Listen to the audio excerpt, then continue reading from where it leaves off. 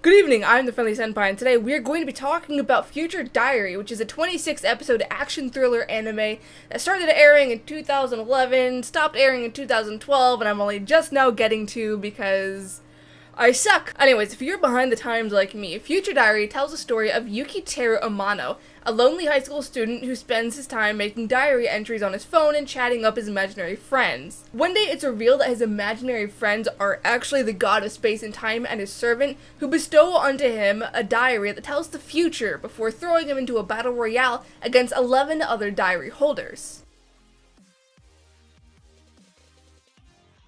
In a nutshell, my surface opinions of Future Diary are positive. The concept of the Future Diaries is brilliant. The back and forth arguments Yuki has with himself over Yuno's youthfulness versus the liability she poses is very intriguing. The fight scenes were exciting, and it was interesting to see the different characters work together to keep Yuki alive with their diaries and their own capabilities. At its core, Future Diary is immensely entertaining and is definitely one of those anime that I can binge watch over and over again. But if you actually take the time to look at it, it's kind of a train wreck. I specifically want to look at Reisuke's fiasco because it's early on in the series and that's kind of where I started to get thrown off by the writing's absurdities. I mean, Reisuke is what, 5, 6? And I can understand a story having a homicidal maniac as a child because it makes for some interesting scenarios, but a little kid having access to lethal nerve gas and antidote and poison and heavy-duty rubber gloves, that's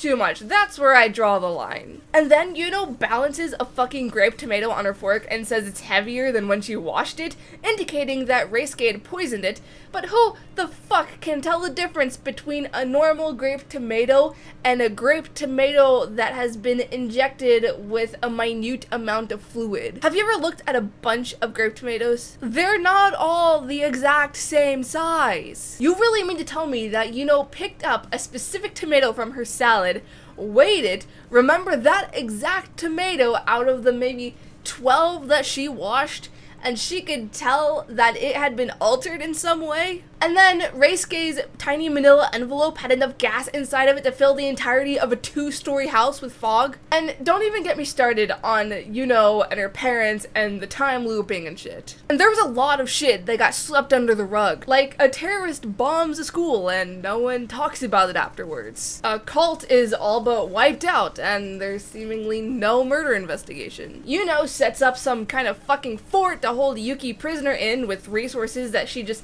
seems to have. Yuki can throw a dart and it will destroy a phone screen. A tower in the middle of a city just collapses and no one even thinks to mention it later on. It's just little things like that that bug the hell out of me. Future Diary is nothing but conveniences, illogical character behavior, plot devices, and just generally unexplained shit. And when they do explain some of that unexplained shit, it's usually in passing. Like with the diaries themselves. Because each one of the 12 diaries has its own ability. Yuki's is the random diary, which gives him details about his surroundings and other diary users. The murder diary tells Third about his next victims. The clairvoyant diary tells Tsubaki what her followers see. The breeder diary tells Ten what happens with his dogs. And the only reason I know any of this is because I looked it up on the fucking wiki. You see, Future Diary focuses so much on Yuki and Yuno that it kind of just glosses over all of the other characters. They may mention their abilities in passing, or the writers will just leave it to you to figure out. And it made things really fucking confusing. Like, apparently 12 can hypnotize people and make clones of himself, but I don't know if that was bestowed onto him by the diary or if that was just something he could already do. And that brings up another issue, the diary holders themselves. Half of the time we don't know who they are, how they ended up with the diary, and some of them are just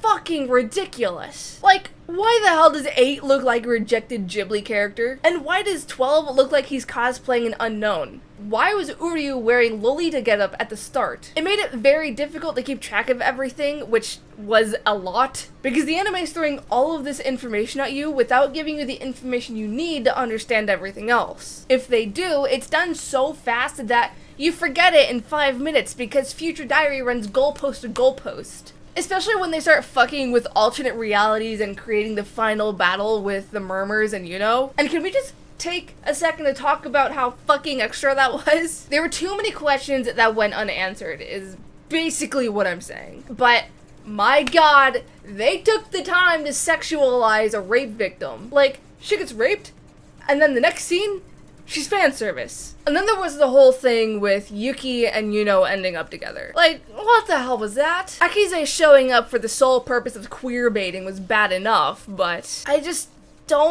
I don't know why at the end Yuki professed genuine love for Yuno. Did he just have really intense Stockholm Syndrome? Was that it? Can gods be susceptible to Stockholm Syndrome? He's so depressed about being separated from Yuno that he spends 10,000 years wallowing in his misery. And then they're reunited and he agrees to build a new world with her. Maybe it's supposed to stand testament to how much of a limp dick little bitch Yuki is, but I was so fucking salty. And I don't even know why I was surprised, because Yuki flip-flopped on just about everything, going from a wimp to a murderer and then back to a wimp again. But I just...